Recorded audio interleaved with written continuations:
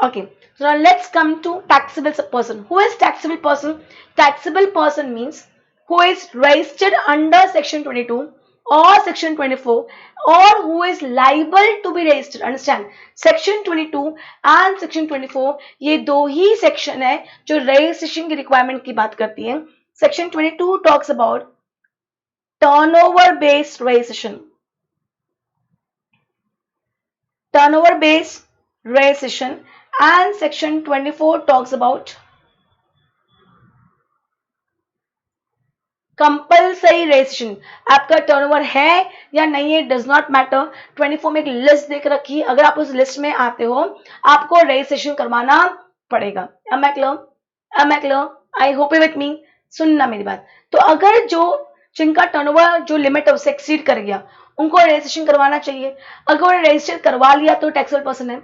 अगर उनको रजिस्ट्रेशन करवाना चाहिए था और उन्होंने रजिस्ट्रेशन नहीं करवाया, लाइबल टू बी रजिस्टर्ड थे और रजिस्ट्रेशन नहीं करवाया, still they are taxable person.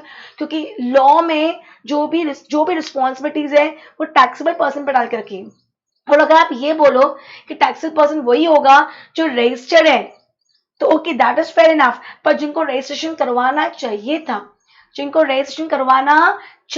था और उन्होंने रजिस्ट्रेशन नहीं करवाया तो वो अपने आप को इस चीज से बचा नहीं सकते हैं. They will still come under the category of taxable person. am I clear? Getting my point? Can I go ahead? Yes, can I go ahead? am I clear? तो क्या लिखा है यहाँ पे? Thus even an unregistered person who is liable to be registered is a taxable person. Similarly, a person not liable to be registered, जो liable नहीं है, ना उस पर 22 लगता है ना उस पर 24 लगता है, सिर्फ उसने voluntarily रजिस्ट्रेशन करवाया. voluntarily मेरी इच्छा से करवाया, मेरे पे 22 एप्लीकेबल नहीं हो रहा है, मेरे पे 24 एप्लीकेबल नहीं हो रहा है, फिर भी मैंने अपनी इच्छा से रजिस्ट्रेशन करवाया है. That means I am also a taxable person. Understand why? Boss URD to RD में क्या लगता है? आरसीएम लगता है. यूआरडी टू आरडी में क्या लगता है? आरसीएम लगता है 94.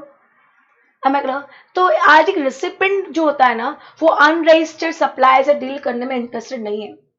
जो रिसिपेंट होता है ना लिटरली जहां भी आरसीएम के प्रोविजन लग रहे होते हैं ना तो फिर रिसिपेंट क्या सोचता है, यार आरसीएम लगने वाला है, यार इस बंदे के साथ काम नहीं करते, अपन एक काम करते रजिस्टर्ड सप्लायर को ढूंढते हैं.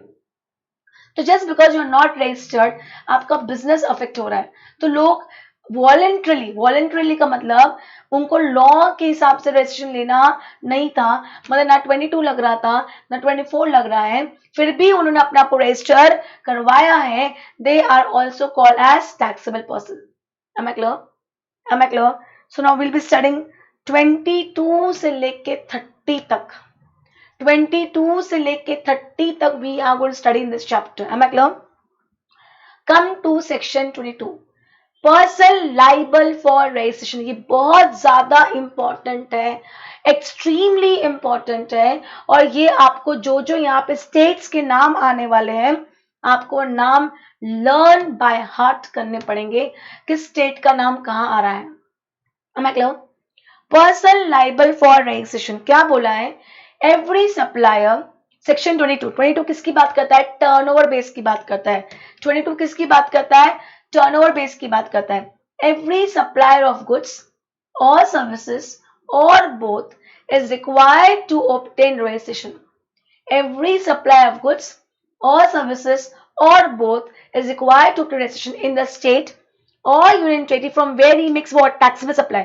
उसी स्टेट में रजिस्ट्रेशन करवाओ जहां वो क्या करता है? टैक्सेबल सप्लाई करता है. If his aggregate turnover exceeds 20 lakhs in a financial year. Normal 20 lakhs ही है, 10 and 40 lakhs स्पेसिफिक केसेस में लगते हैं. नॉर्मल रजिस्ट्रेशन की limit is 20 lakhs only, 10 and 40 specific cases में लगते हैं. am I clear?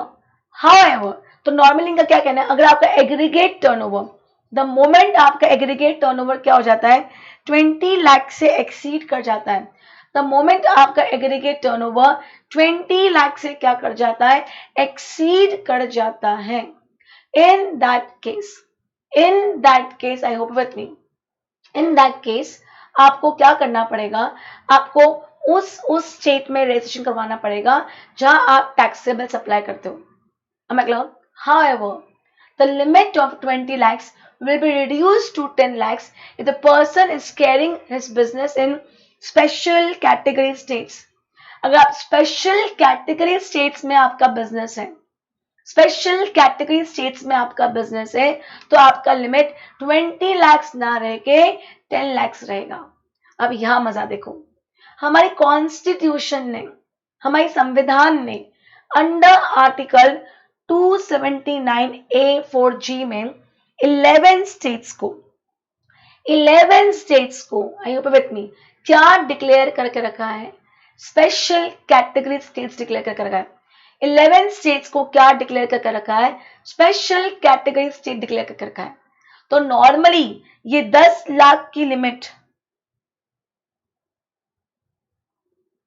इन पूरे पे लगनी चाहिए, but wait on recommendation of the states ने रिकमेंड किया है कि बॉस 7 आउट ऑफ 11 7 ने बोला हमको प्लीज 10 lakhs की एप्लीकेबिलिटी में मत लेके आओ, हमको 20 lakhs की लिमिट दे दो। तो इन 7 स्टेट्स को 20 lakhs की लिमिट दे के रखी है, मतलब आउट ऑफ 11 7 चले गए, कितने बचे, सिर्फ 4 बचे एज पर सेक्शन 22। कॉन्स्टिट्यूशन के हिसाब से 11 है, कॉन्स्टिट्यूशन के हिसाब से 11 है, पर सेक्शन 22 के हिसाब से कितने रह जाएंगे, सिर्फ 4 रह जाएंगे, और सिर्फ इन चारों पे ही 10 लाख की लिमिट रहेगी। Manipur, Mizoram, Nagaland and Tripura, that's it. Manipur, Mizoram, Nagaland and Tripura. तो याद ये 4 करो, याद ये 4 करो, बाकी अभी कुछ याद मत करो। सबके लिए 20 लाख, इन 4 के लिए 10 लाख। तो हमको वो 7 अभी याद नहीं करना है, हमको वो 7 याद नहीं करना है, इग्नोर इट, वो 7 इग्नोर करो। हमको तो मालूम ही नहीं है कि कॉन्स्टिट्यूशन ने कोई स्पेशल कैटेगरी स्टेट बोला है क्या, हमको नहीं मालूम। हमको ये मालूम है सेक्शन 22 के हिसाब से there are 4 special category states, there are 4 special category states. So if I am doing my business in Manipur, Manipur, Mizoram, Nagaland and Tripura, तो मेरे लिए लिमिट कितनी हो जाएगी, 20 से रिड्यूस होकर 10 lakhs हो जाएगी। आगे और भी याद करूंगा, डोंट वरी, अब एक एक करके याद करेंगे अपन। Note, it must be noted that if a person having a place of business in different state has one branch in Manipur, Mizoram, Nagaland and Tripura, the registration limit will come down to 10 lakhs। समझना, मेरा एक office Maharashtra में है और एक office Manipur में है। महाराष्ट्र में अगर सिर्फ होता तो 20 लाख की लिमिट होती, सिर्फ मणिपुर में होता तो 10 लाख की लिमिट होती। इसमें तो मुझे कोई कंफ्यूजन नहीं है, पर मेरा कंफ्यूजन है कि I have 2 place of business, one in Maharashtra state and one in Manipur. Now what, अगर आपका प्लेस ऑफ बिजनेस इन चारों में से अगर एक भी जगह पे है तो आपका aggregate turnover limit will come down to 10 lakhs। मैं क्लियर? तो मत खोलो अपना बिजनेस वहां पे, कोई 10 lakhs अगर हो गया तो आपको रजिस्ट्रेशन नंबर लेना पड़ेगा। Am I clear? I hope you are with me. ये पॉइंट समझा कि नहीं समझा, ये पॉइंट समझा कि नहीं समझा। If you have place of business in any of this 4 states, तो भले आपके दूसरे स्टेट्स में भी ऑफिस होंगे, आपका लिमिट 20 lakhs नहीं रहेगा, आपका लिमिट 10 lakhs हो जाएगा।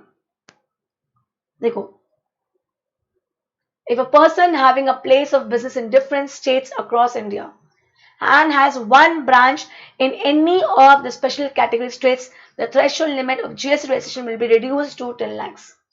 Clear? Can I go ahead? Okay. अब ये 2 नए पैरा अमेंडमेंट में ऐड हुए। However, the government may, at the request of the state and on the recommendation of the council, enhance the aggregate turnover of 20 lakh rupees to such amount not exceeding 40 lakh rupees in case of suppliers who is engaged exclusively in supply of goods। समझना, wait, शांति से। Normally, मेरी registration की limit is 20 lakhs. Normally मेरी registration की limit क्या है? 20 lakhs. Special category के states में 10 lakhs. M I clear? तो समझते हैं, ये बहुत इंपॉर्टेंट है. Supply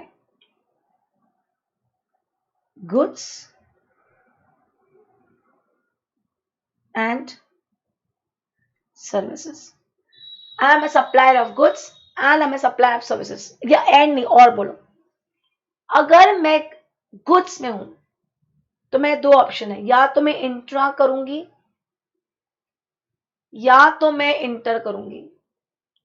M I clear? या तो मैं इंट्रा करूंगी या तो मैं इंटर करूंगी. I hope with me. If I am doing inter state supply of goods, inter, मेरे पे सेक्शन 24 लगेगा. मुझे कंपल्सरीली रजिस्ट्रेशन ऑफ जीएसटी करवाना पड़ेगा इररिस्पेक्टिव ऑफ माय टर्नओवर. समझना, बेसिकली सेक्शन 24 बोलता है सप्लायर इन, सेक्शन 24 बोलता है supplier into inter state supply. समझना, थोड़ा आगे का पढ़ाना पड़ेगा, नहीं तो फिर ये लिंक समझेगा नहीं. देखो सेक्शन 24 कहाँ है मेरे नोट्स में?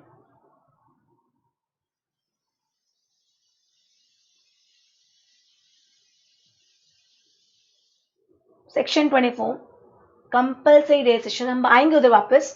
पहला point, GST registration irrespective of the turnover, person making any means goods and service. Any means goods and service. वापस आना. कभी तो मैं गुड्स की बात कर रही हूं.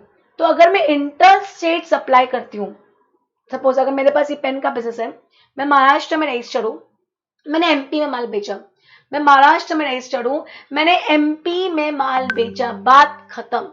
मेरा 1 रुपए का भी टर्नओवर होगा तो मुझे जीएसटी का रजिस्ट्रेशन करवाना पड़ेगा, because I come under section 24 compulsory registration. तो अब inter supply, if I am doing inter state supply of goods, if I am doing inter state supply of goods, मुझ पे सेक्शन 22 एप्लीकेबल होता ही नहीं है. मुझ पे सेक्शन 24 एप्लीकेबल होता है. And 24 has overriding effect. 24 ने बोल दिया तो 22 भी कुछ नहीं कर सकता. मतलब now come to services. Services में भी सेम ही है, समझना. सर्विसेज में भी सेम है, इंट्रा एंड इंटर. समझना, इंटर की बात करते हैं. नॉर्मली क्या बोला है? नॉर्मली बोला है कि अगर inter state supply of service करते हो, inter state supply of service, I hope with me, inter, तो आपका अगर 1 रुपए का भी सप्लाई से, आज मेरा registration number is from Madhya Pradesh, my place of business is in Madhya Pradesh, तो मेरा जो जीएसटी नंबर है वो कहां से है? मध्य प्रदेश से है. My office is in Madhya Pradesh, but I give lectures in Mumbai Maharashtra, I give lectures in Bangalore Karnataka, I give lectures in Hyderabad Telangana. मतलब मैं कौन सा सर्विस कर रही हूँ? Inter state supply of service देती हूँ. मैं अपने इनवॉइस पे आईजीएसटी लगाती हूँ. तो देखा जाए मुझे तो सेक्शन 24 लगना चाहिए, मुझ पे सेक्शन 24 लगना चाहिए. मेरा 1 रुपए का भी अगर टर्नओवर है, मेरा अगर 1 रुपए का भी अगर टर्नओवर है तो मुझे रजिस्ट्रेशन नंबर लेना पड़ेगा. बट इसमें एक एग्जम्पशन है, इसमें एक एग्जम्पशन है, हम वो भी पढ़ेंगे अंडर सेक्शन 23. समझना, एग्जम्पशन बोला है up to 20 lakhs, more than 20 lakhs, up to 20 lakhs, more than 20 lakhs. समझना, अगर मैं inter state supply of service करती हूं, अगर मैं inter state supply of service करती हूं, तो अगर मेरा टर्नओवर अप टू 20 lakhs है तो मेरे को सेक्शन 23 ने क्या कर दिया है? एग्जाम्ड कर दिया है फॉर रजिस्ट्रेशन रिक्वायरमेंट. मतलब 24 ने बोला था लेना पड़ेगा, पर 23 ओवरराइडिंग इफेक्ट होगा 24 पे. हमें क्लियर? 24 ना पड़ा, 24 ने बोला कि लेना पड़ेगा, पर 23 ने क्या कर दिया, ओवरराइडिंग इफेक्ट कर दिया। देखो ये एक साथ पढ़ाना जरूरी है, जब तक सारे प्रोविजन एक साथ पता नहीं होंगे हम परमिटेशन कॉम्बिनेशन बिठा नहीं पाएंगे। पर गिव मी 10 मिनट्स, अपने आप सब समझ में आएगा।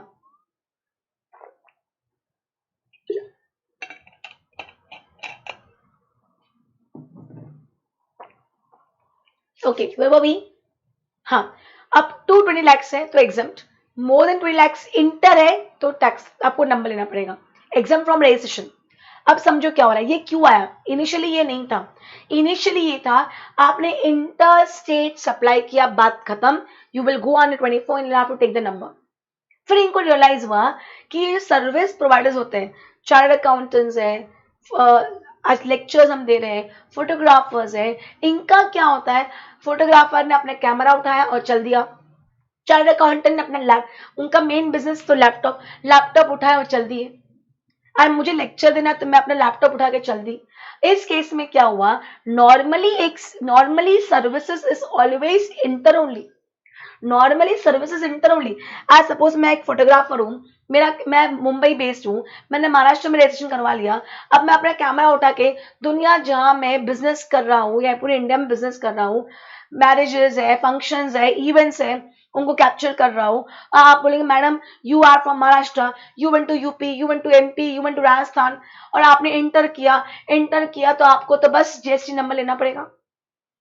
तो उनको रियलाइज हुआ कि नहीं, सर्विस प्रोवाइडर्स के लिए ये गलत हो जाएगा, तो सर्विस प्रोवाइडर्स को फिर उन्होंने बोला okay for you people, for suppliers of services we are giving you an exemption up to 20 lakhs। अगर आप 20 lakhs तक क्या हो, आप 20 lakhs तक क्या हो, इंटर देते हो तो you are exempted, more than 20 lakhs enter देते हो तो you are taxable. Am I clear? इतना समझा, इतना समझा, ये समझा कि नहीं समझा मुझे बताओ, ये समझा कि नहीं समझा बताओ, reply fast. Have you understood till here?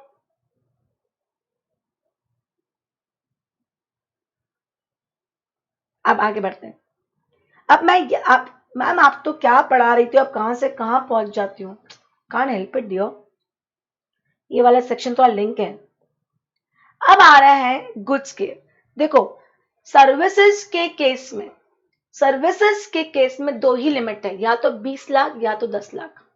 Services के केस में दो ही लिमिट है, या तो 20 लाख या तो 10 लाख। तो अगर मैं लेट मी समराइज सर्विस को खत्म कर देते अपन।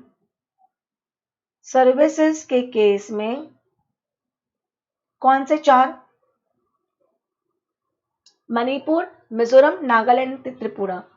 मणिपुर, मिजोरम, नागालैंड एंड त्रिपुरा, इन चार प्लेसेस है तो 10 लाख, अदर्स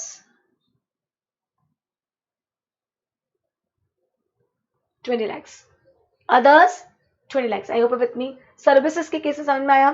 तो अब सर्विसेज के केस में अगर और थोड़ा डेप्थ में जाएं, इंट्रा,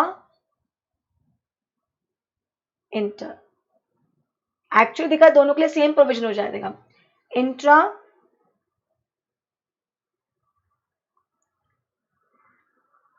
क्या मैं कैसे प्रेजेंटेशन दूं उसका, इंट्रा है and okay, special category states, others,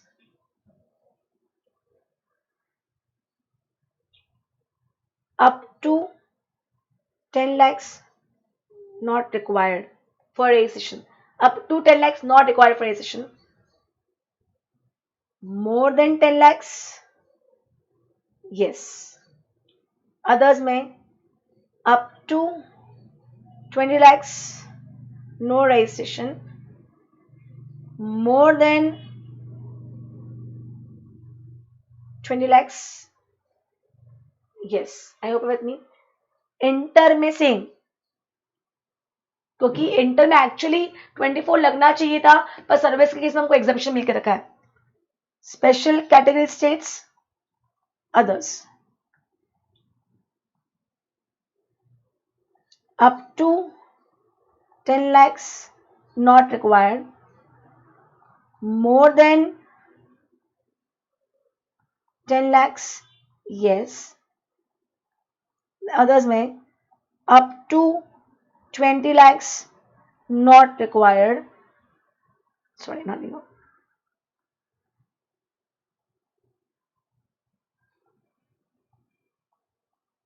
More than 20 lakhs yes. बस यहां पे जाके तुम्हारी सर्विसेज की कहानी खत्म हो जाती है. कॉपी करो, फास्ट कॉपी करो. सर्विसेज में कोई 40 lakhs की लिमिट नहीं है. सर्विसेज में या तो 10 है या तो 20 है बस.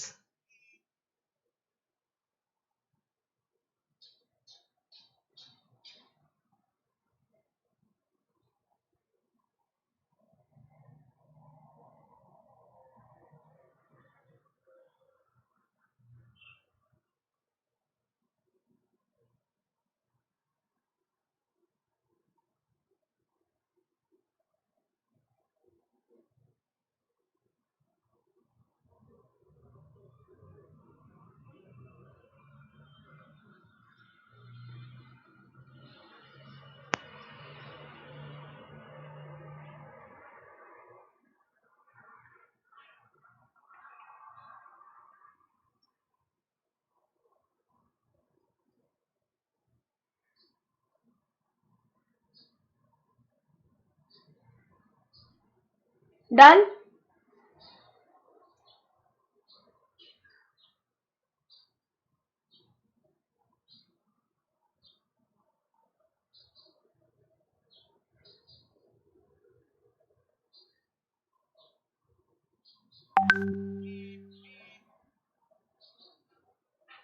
All done.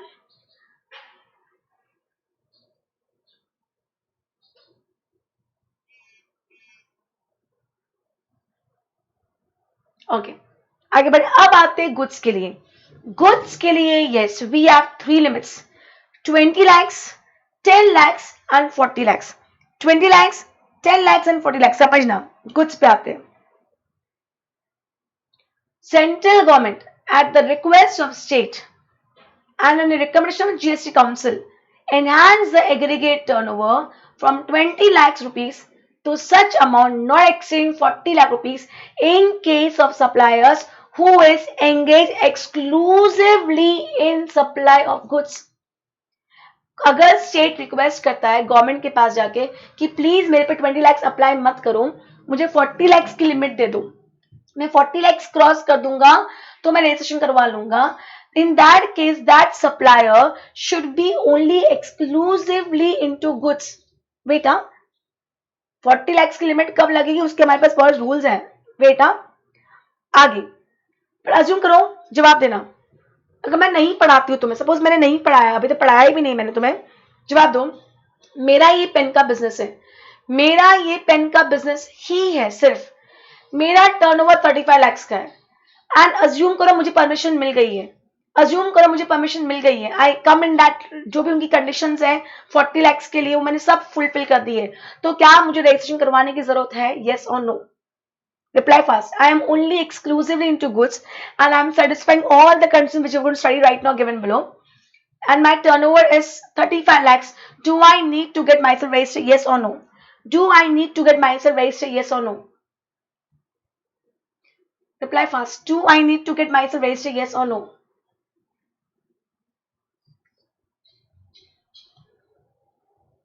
Why yes?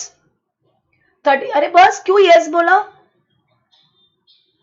मैंने बोला ना कि 35 lakhs है और मैं वो 40 lakhs की रिक्वायरमेंट को सेटिस्फाई करती हूँ और मैं सिर्फ पेन के बिजनेस में हूँ, तो मैं तो विद इन 40 हो गई ना. Why yes? Dear, please reply. Why you have given the answer yes? What came into mind to give you answer yes?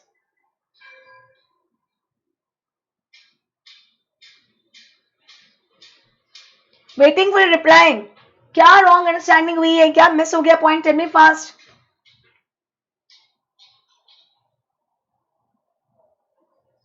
Right बहुत सिंपल है यार. अगर अज्यूम करो 40 lakhs की जो कंडीशंस है मैंने सेटिस्फाई कर दी, 40 lakhs की अगर मेरी कंडीशन है, मैंने सेटिस्फाई कर दी, तो मेरा टर्नओवर विद इन 40 lakhs रहेगा।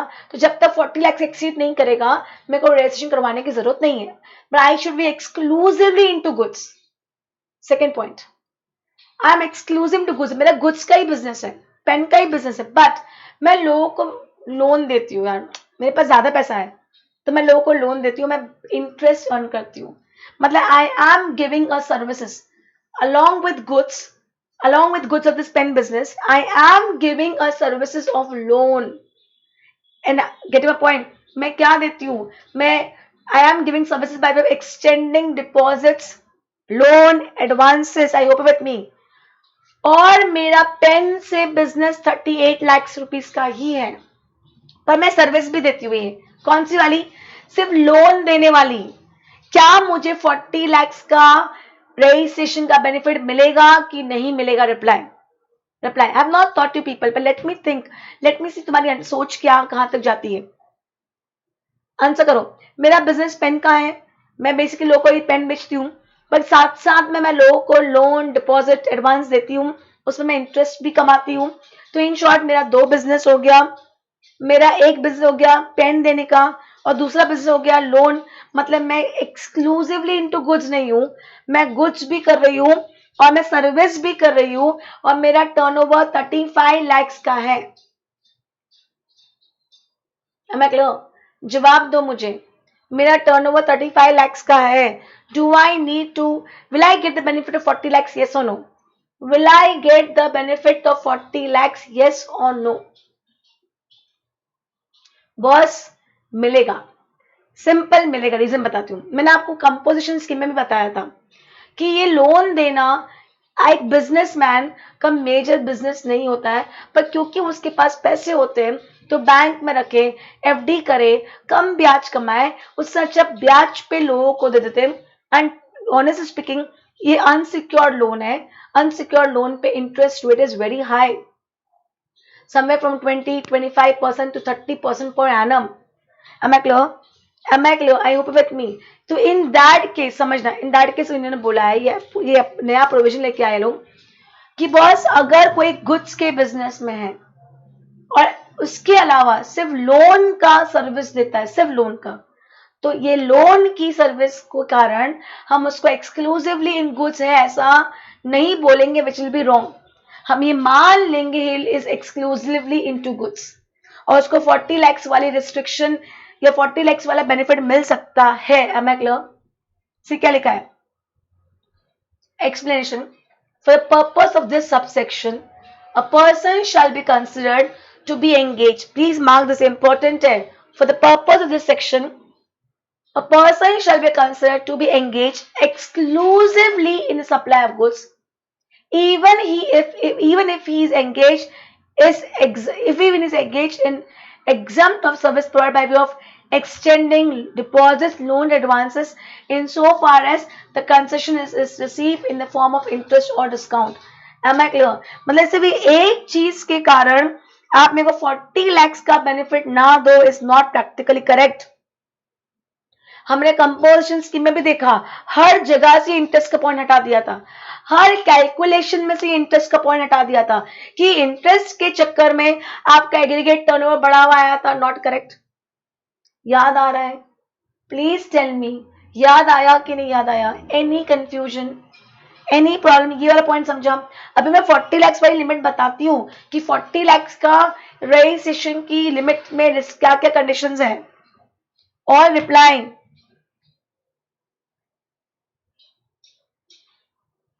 ओके, अब ही पढ़ो क्या कंडीशंस है। If you want to take the benefit of registration of 40 lakhs, what is the condition? Central government notification issue किया, provided any person who is engaged exclusively into supply of goods, only into supply of goods, plus I can say interest service, and whose aggregate turnover in the financial year does not exceed 40 lakhs is exempt from registration. ये आया कि अगर आप exclusively into goods हो और आपका aggregate turnover in the financial year does not exceed 40 lakhs, तो आपको रजिस्ट्रेशन लेने की जरूरत नहीं है। पर ये बेनिफिट किन किन पे एप्लीकेबल नहीं होगा. This exemption is not applicable. अब समझना, मुझे आगे बढ़ने के पहले बॉस, अगर मैं गुड्स में हूं, अगर मैं गुड्स में हूं और गुड्स में इंटर हूं, इंटर, खत्म कहानी, मेरे को 24 लगेगा, फॉरगेट 40 लाख, 4 रुपए का भी टर्नओवर होगा तो मेरे को रजिस्ट्रेशन अंडर 24 करवाना पड़ेगा. क्लियर? ये पॉइंट क्लियर है? मतलब 40 लाख का जो सी, ये तो 10 की कैटेगरी में, 20 की कैटेगरी में ही नहीं आते, तो 40 की कैटेगरी में आने की बात ही नहीं आती है. neither they come in 10 nor 20, तो forget 40. Am I clear? तो इन शॉर्ट, अगर आप inter state supply of goods करते हो तो आप पे सेक्शन 24 लगता है. Simple. Person required to take compulsory registration under 24, that means inter state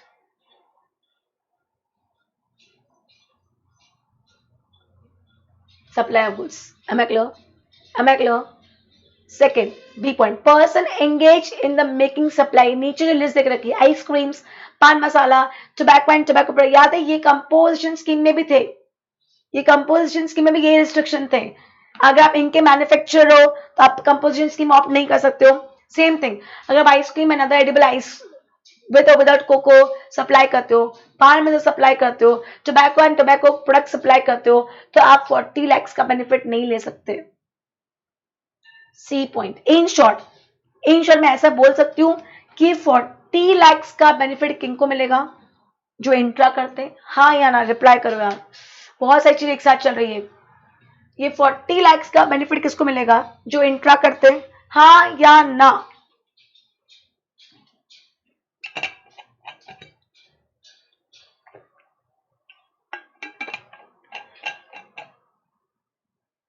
right, जो इंट्रा करते हैं उसमें भी इन्होंने बोल दिया. Person engage in making intra state supplies. अगर आपने अरुणाचल प्रदेश, मणिपुर, मेघालय, मिजोरम, नागालैंड, पुडुचेरी, सिक्किम, तेलंगाना, त्रिपुरा एंड उत्तराखंड 10 स्टेट्स के नाम दिए हैं. इन 10 स्टेट्स में अगर आप इंट्रा भी कर रहे, सपोज मैंने अरुणाचल प्रदेश टू अरुणाचल प्रदेश ही माल दिया, मणिपुर टू मणिपुर ही दिया, और वो भी गुड्स ही हूं, तो आपके फिर भी 40 लाख की लिमिट नहीं आएगी. यू विल आइदर कम इन 10 और यू विल कम इन 20. 10 कब होगा? मणिपुर, मिजोरम, नागालैंड एंड त्रिपुरा, क्योंकि ये स्पेशल कैटेगरी स्टेट्स है एज पर सेक्शन 22. बहुत समझ में आ रहा है? इन्होंने ये 10 स्टेट्स को बोल दिया कि तुम 10 स्टेट्स के ऊपर 40 लाख का बेनिफिट आने वाला नहीं है. Am I clear? Am I clear? तुम्हें बहुत ये नाम याद करने पड़ेंगे, मतलब यही घुमाने वाले हैं. मैंने लिया है नीचे. I've tried to give you with this practical possibility कि अपन लिख लेते सब. Am I clear? Am I clear? D. Person exercising option of voluntary registration. जो voluntarily बस जिसपे ना 10 लग रहा था ना 20 लग रहा था, तो फॉरगेट 40. और such person intended to continue with such registration. जिसको भैया, जिसको रजिस्ट्रेशन लेना ही है उसके लिए क्या लिमिट? Am I clear? तो उस पर भी ये एप्लीकेबिलिटी नहीं आएगी. अगेन लिखा है नीचे, वापस लिखा है कि बॉस जो सिर्फ एक ही सर्विस दे रहा है, लोन एडवांसेस की ही सर्विस दे रहा है, एक ही सर्विस दे रहा है. कौन सी? लोन एडवांसेस की ही सर्विस दे रहा है, उसके अलावा सिर्फ गुड्स बेचता है, तो एक लोन एंड एडवांसेस के कारण उसको इस बेनिफिट से हम उसको उसका नुकसान नहीं करवा सकते. तो बोला है कि ऐसा मान लिया जाएगा, even if he's giving loans, advance and earning interest, still we'll assume that he is exclusively into supply of goods. Am I clear? Am I clear? Any problem? Sure. Any problem? Right? तो अब understanding लेते हैं. चलो थोड़ा सोचने की जरूरत है क्या? सी, सर्विस के केस में तो मैंने ऑलरेडी बता दिया कि 20 और 10 लाख की लिमिट है. सर्विस के केस में 20 और 10 लाख की ही लिमिट है, और 10 लाख की लिमिट सिर्फ 4 ही जगह है, मणिपुर, मिजोरम, नागालैंड, त्रिपुरा. मणिपुर, मिजोरम, नागालैंड, त्रिपुरा, बस। चलिए एक बार सर्विस खत्म कर देते हैं। In view of above discussion, the registration requirement of GST is summarized as below. Threshold limit for person exclusively into goods and in supply of goods and service both. बस जो दोनों में है फिर उस पर 40 लाख आएगा ही नहीं। सी दोनों की बात कर रही हूँ, मतलब मैं उसमें दूसरी सर्विसेज की बात करूँ। सपोज आज मैं पेन भी बेचती हूँ, मैं कोचिंग भी दे रही हूँ, तो उन पे 40 लाख वाला टर्नओवर वाली बेनिफिट आएगा ही नहीं। सिंपल। 4 स्टेट, कौन से 4 स्पेशल कैटेगरी स्टेट्स? एक मिनट, ये 4 देखो मैंने कैसे दिया है। States other than special category states, Puducherry, Telangana and others. देखो ये देखो, ये गिनो कितने हो रहे हैं? 1 2 3 4 5 6 7 8 9 10 11, टोटल 11 स्पेशल कैटेगरी स्टेट्स है as per constitution. Total 11 special category states है एज पर कॉन्स्टिट्यूशन, पर एज पर सेक्शन 22 सिर्फ 4 है, सिर्फ 4 है। तो मैंने 11 मतलब 4:7 अलग कर दिया, 4:7 अलग कर दिया। अब मैं क्लियर? समझना क्यों। ये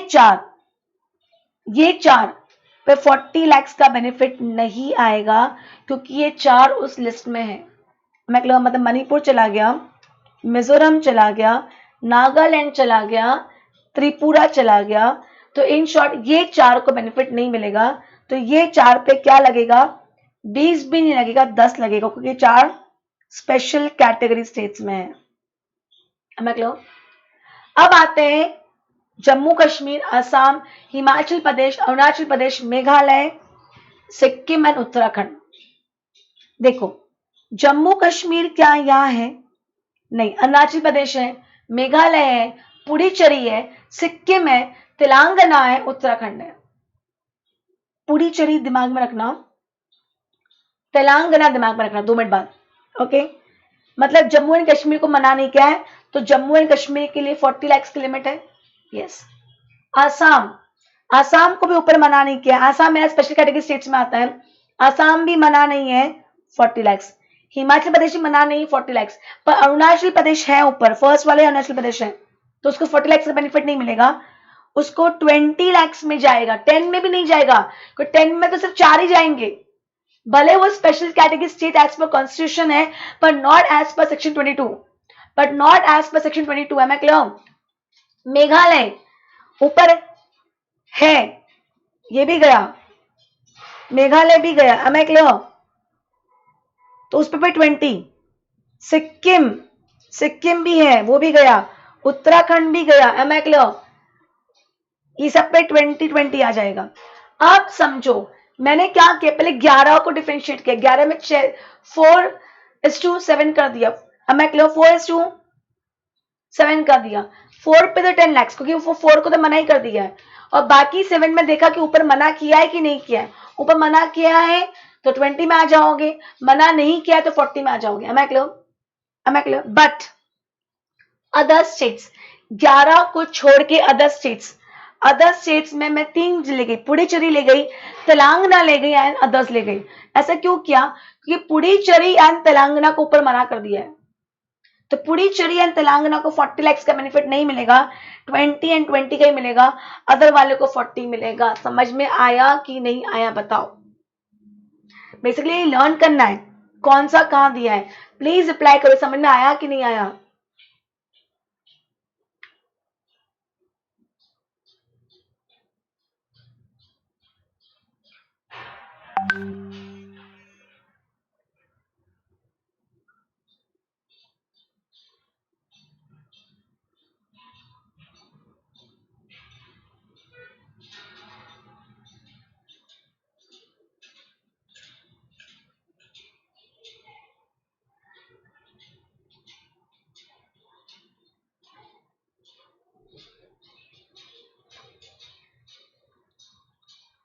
सबको समझा? मतलब बेसिकली इसमें कुछ अंडरस्टैंडिंग नहीं, टू लर्न, पर ये इंपॉर्टेंट है।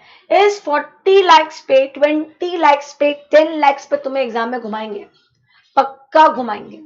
Am I clear? तो चलो ये सारे एग्जाम्पल्स पढ़ लेते हैं, then we are done for the day till यर. Am I clear? चलो. Prithviraj of Assam.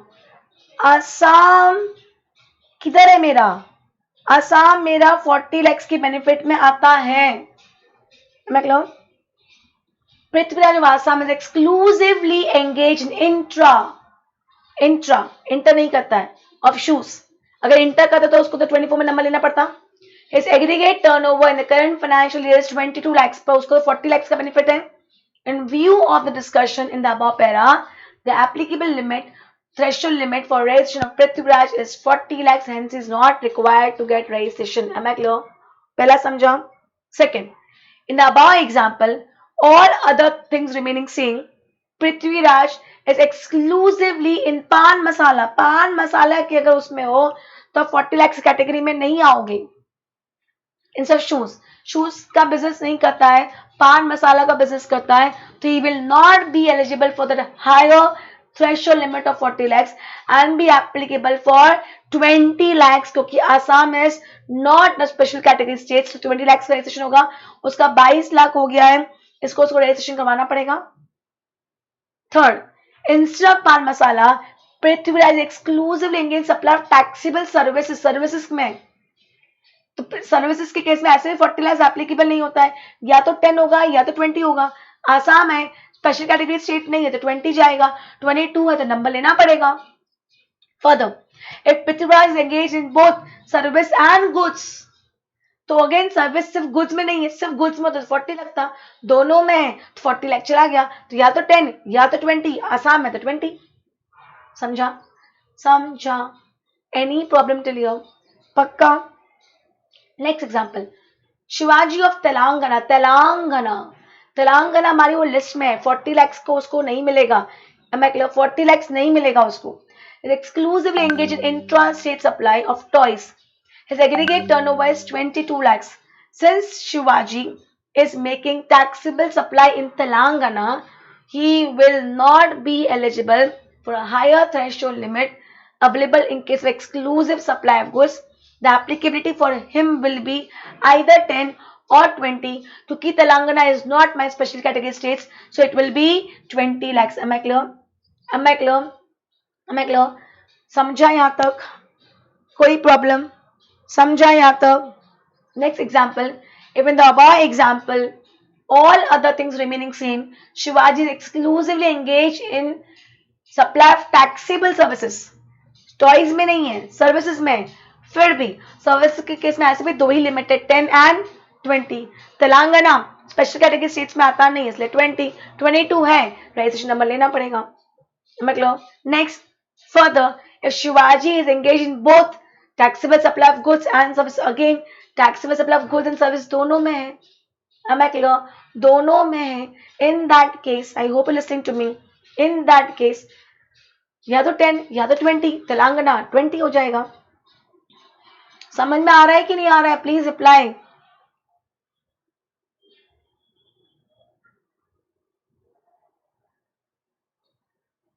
Are you people understanding?